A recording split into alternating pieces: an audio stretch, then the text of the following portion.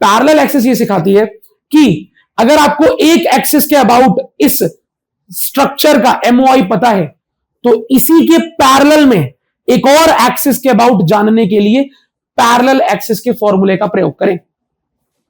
Perpendicular axis theorem क्या बताती है कि अगर आपको किन्हीं भी दो एक्सिस के अबाउट एमओआई पता है, किन्हीं भी दो एक्सिस, तो आप उन दोनों एक्सिस के परपेंडिकुलर जो तीसरी एक्सिस बनेगी उसके अबाउट एमओआई निकाल सकते हो उन दोनों की मदद से। तो कैसे करते हैं, क्या बातचीत है, देखते हैं। सबसे पहले आएगा परपेंडिकुलर एक्सिस थ्योरम। चलिए, तो ऐसे क्वेश्चन आता है state and prove perpendicular axis theorem. अब यहां क्या लिखा है, the moment of inertia of a plane lamina sheet about an axis perpendicular to its plane is equal to the sum of the moments of inertia of the lamina about any two mutually perpendicular axes in its own plane, intersecting each other at the point where the perpendicular axis pass through the lamina। अंग्रेजी, अरे देखो कितनी, देखो लिखी तो बहुत ही आसान अंग्रेजी है, बहुत आसान। वो अंग्रेजी थोड़ी लंबी लंबी लाइनें हैं तो दिमाग 4-5 शब्द तक दिमाग इमेजिन करता है, फिर लाइन और बढ़ जाती है, दिमाग इमेजिन नहीं कर पाता। तो अंग्रेजी में ये कह रहा है कि अगर आपको कभी भी किसी भी लेमिना शीट, सर्कुलर, रेक्टेंगुलर, कैसी भी शीट के परपेंडिकुलर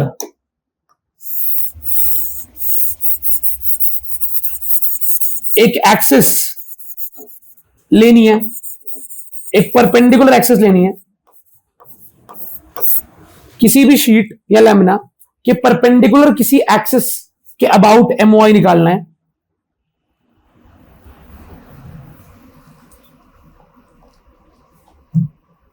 ये आपके पास एक्सिस है और आपका मन है इसके अबाउट एमओआई निकालने का, इस शीट का एमओआई इस एक्सिस के अबाउट निकालना है आपको। तो वो कह रहा है अगर आपको किसी भी एक्सिस के अबाउट एमओआई निकालना है जो एक्सिस मेरे लेमिना के परपेंडिकुलर है, क्या है, परपेंडिकुलर, तो क्या करो, उसी लेमिना या उसी शीट में कोई भी दो एक्सिस के अबाउट एमओआई का जुगाड़ कर लो। यानी कि इसी शीट में एक एक्सिस ये और एक एक्सिस ये, किन्हीं भी दो एक्सिस के अबाउट एमओआई का जुगाड़ कर लो। इसका नाम मैं रख देता हूं ए एक्सिस, इसका नाम बी एक्सिस। तो अगर आपको ए एक्सिस के अबाउट हमारे लेमिना का एमओआई पता है, बी एक्सिस के अबाउट पता है, और ए और बी एक्सिस आपस में परपेंडिकुलर है, क्या है, आपस में परपेंडिकुलर है,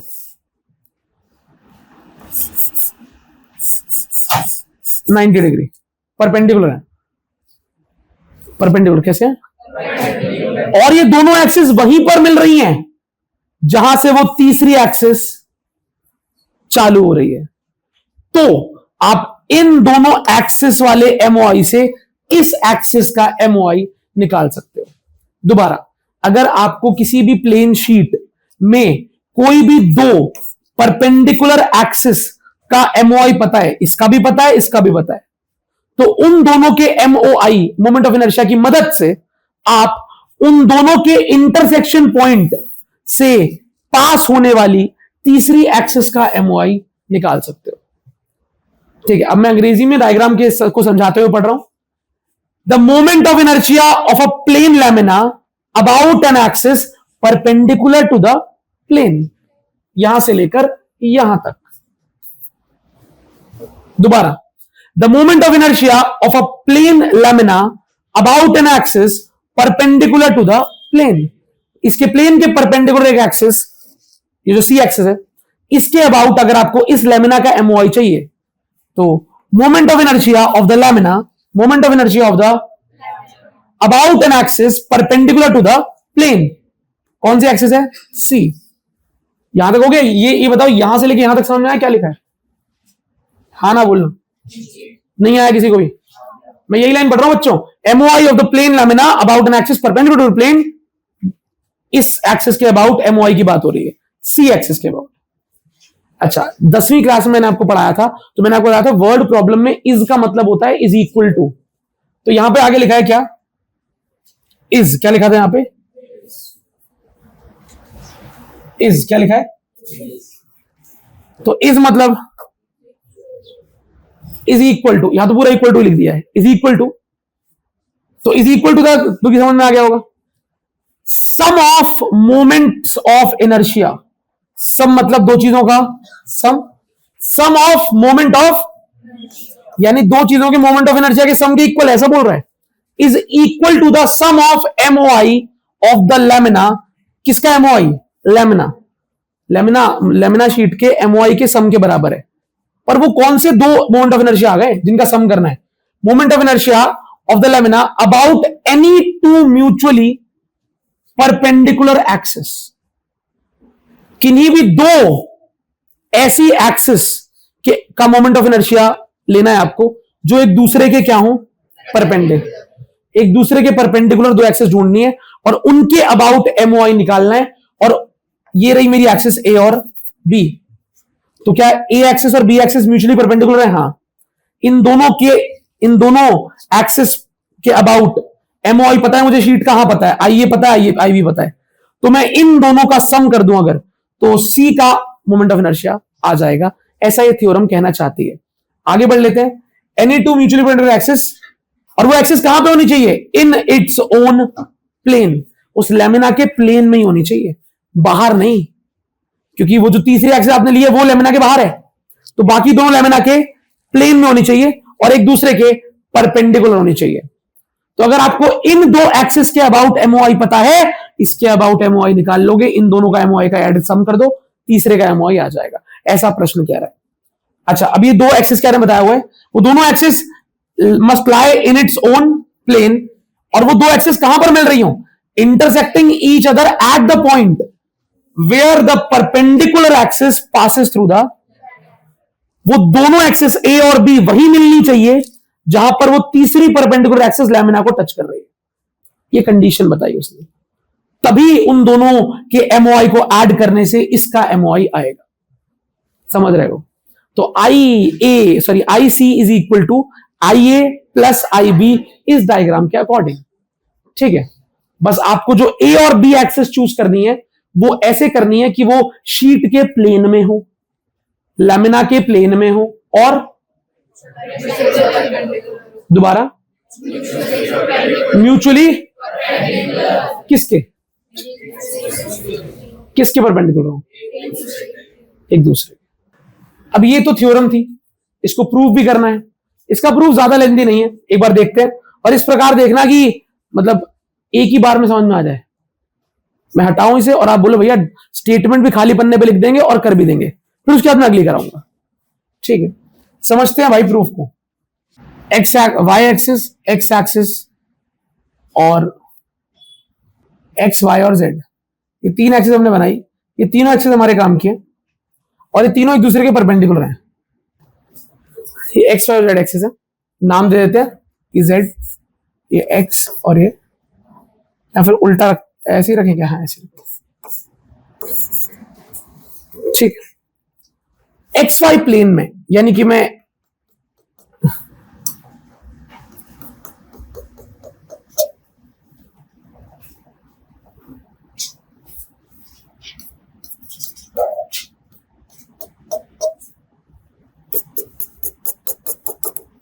इस प्लेन की बात कर रहा हूं जो आप देख पा रहे हैं। एक्स वाई प्लेन में एक लैमिना शीट पड़ी है और जेड एक्सिस उसके परपेंडिकुलर है। ठीक है, आपको इमेजिन हो पा रहा है, एक्स वाई प्लेन में एक शीट पड़ी है और जेड एक्सिस उसके। ठीक, तो मैंने क्या किया, इस शीट पर एक पॉइंट लेट कर लिया P। ये शीट तो अनगिनत पॉइंट से मिलकर बनी है, तो मैं अनगिनत पॉइंट की भी स्टार्टिंग में बात नहीं करूंगा, एक पॉइंट की बात करूंगा P। ये P पॉइंट के बारे में जब जानकारी इकट्ठी करी तो मुझे लगा कि ये P पॉइंट जो है ये एक्स एक्सिस से कुछ दूरी पे होगा और वाई एक्सिस से कुछ दूरी पे होगा। तो यहां पर था ये P पॉइंट और मैंने नापा कि वाई एक्सिस से कितनी दूरी है इसकी। इसके कोऑर्डिनेट नापे, पहले कोऑर्डिनेट है एक्स कॉमा वाई, क्या है? अगर कोऑर्डिनेट एक्स कॉमा वाई है तो इसकी यहां पर एक्स एक्सिस पर यहां पर कहीं एक्स लिखा होगा और वाई एक्सिस पर यहां पर कहीं वाई। तो अभी बताओ ये दूरी कितनी होगी?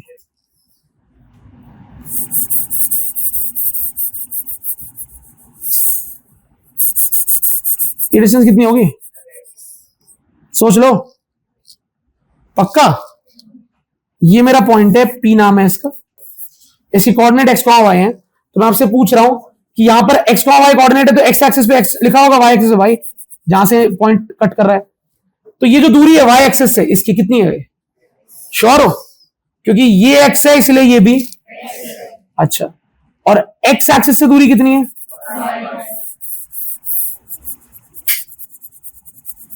श्योर? तो वाई एक्सिस से दूरी है मेरी एक्स, और एक्स एक्सिस से दूरी है मेरी वाई। सही है। जेड एक्सिस ये रही, जेड एक्सिस से कितनी दूरी है? आर मान लो, आर। हाँ ना बोलो। कौन कह रहा है ये एक पी पॉइंट को मार्क आप लोग कर लोगे? मैं दोबारा बता देता हूं मैंने क्या किया, कि तुम्हें करके दिखाना है ना अभी। जेड एक्सिस, वाई एक्सिस, और बाहर निकलती हुई, या फिर इसको एक्स मान लो, बाहर निकलती हुई वाई। आपसे मैंने कहा कि एक्स और वाई प्लेन में बीच में एक पॉइंट लेते हैं पी, उस पी पॉइंट की कोऑर्डिनेट है एक्स कॉमा वाई। तो वो एक्स एक्सिस पे एक्स जाके कट कर रहा होगा वाई एक्सिस पे, मैंने ऐसे ज्वाइन कर दिया। उसके बाद मैंने देखा कि ये पी पॉइंट जो है ये वाई एक्सिस से कितनी दूरी पर है, और एक्स एक्सिस से कितनी दूरी पर है, और जेड एक्सिस से दूरी का नाम दे दिया आर। सही है भाई। इस पी पॉइंट का मास मान लेता हूं एम, और ऐसे बहुत सारे एम मास को जोड़कर बना है मेरा लेमिना, मेरी शीट। ठीक है, अब बात कर रहा हूं सिर्फ एक मास का। ठीक है, एक मास की बात करेंगे। चालू कर रहा हूं, यहां से देखना, बताना बच्चों। एमओआई आप जब बोर्ड एग्जाम स्कूल एग्जाम में करें तो पूरा लिख देना, moment of MOI of point P about X axis कितना होगा? एक्स एक्सिस के अबाउट एमओआई कितना होगा? एम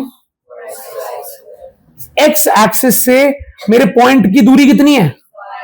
आपको पता है मोमेंट ऑफ इनर्शिया होता है मास इंटू डिस्टेंस का स्क्वायर। तो एक्स एक्सिस से मेरा पी पॉइंट कितना दूर है? यही अच्छी बात है, एक्स एक्सिस से दूरी वाई है और वाई एक्सिस से दूरी। इसको लेंथी बनाने के लिए स्कूल लिखवाता है पहले, कहता है distance of P from x axis कितनी है, और डिस्टेंस ऑफ पी फ्रॉम कितनी है, ये भी लिखवा देता है ताकि थोड़ा लेंथी हो जाए डेरिवेशन।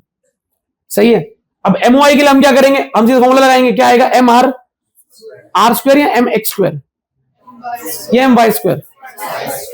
अच्छा, एमओआई ऑफ पॉइंट भी about X axis is M Y square, तो एम वाई स्क्वायर। सही है। ऐसे कितने पॉइंट है? ऐसे पी पॉइंट जैसे कितने पॉइंट है शीट में? Infinite, infinite. हाँ, तो MOI of whole lamina about X axis क्या लिख सकता हूं? समेशन ऑफ ऑल, सारे एम वाई स्क्वायर को ऐड करना है, हर मास का एम वाई स्क्वायर लेना है। बढ़िया। Equation number 1। सिमिलरली लिख देना, सिमिलरली है ना। MOI of whole lamina about Y axis, Y axis से दूरी कितनी है? एक्स, तो आ जाएगा समेशन ऑफ इक्वेशन। सही, देख लो। अच्छा, बढ़िया।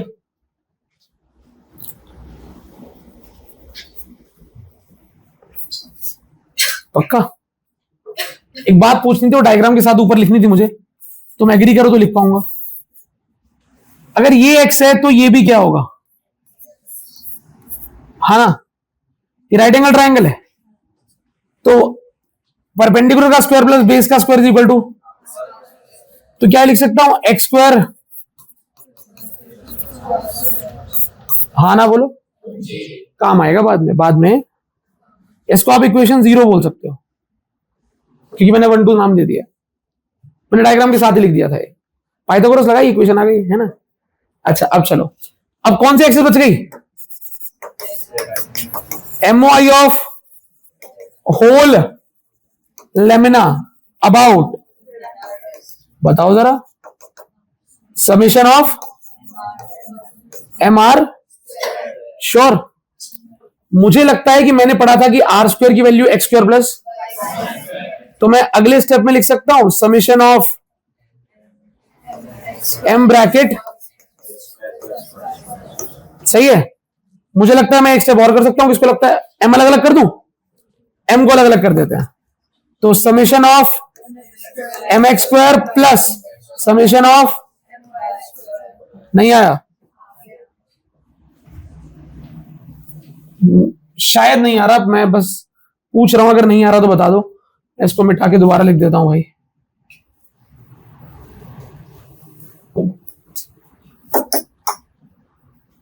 समेशन ऑफ M,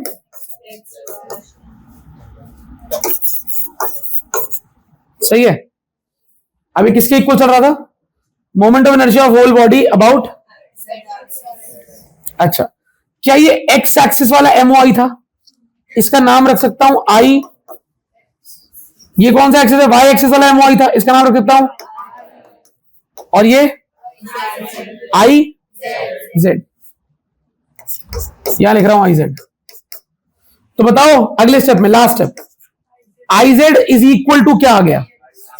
अरे पहले प्रॉपर है, सिग्मा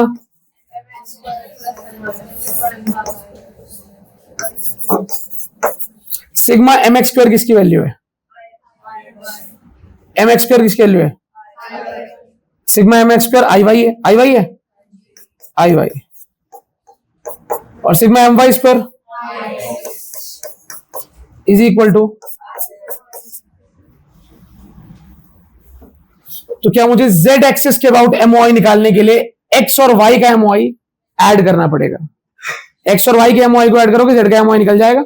X और Y एक ही प्लेन में है, Z उसके परपेंडिकुलर है, तो इसे कहते हैं परपेंडिकुलर एक्सिस थ्योरम। क्यों परपेंडिकुलर एक्सिस कहते हैं? क्योंकि इन दोनों के MOI की मदद से जो तीसरा MOI आप निकालने वाले हो, वो एक्सिस इन दोनों के परपेंडिकुलर है। तो जिनका MOI पता है, उनके परपेंडिकुलर किसी एक्सिस का MOI निकालना है, तो परपेंडिकुलर एक्सिस थ्योरम यूज होती है। IZ इसके about MOI is equal to इसका प्लस इसका, तो ये आपका आ गया IZ is equal to IY plus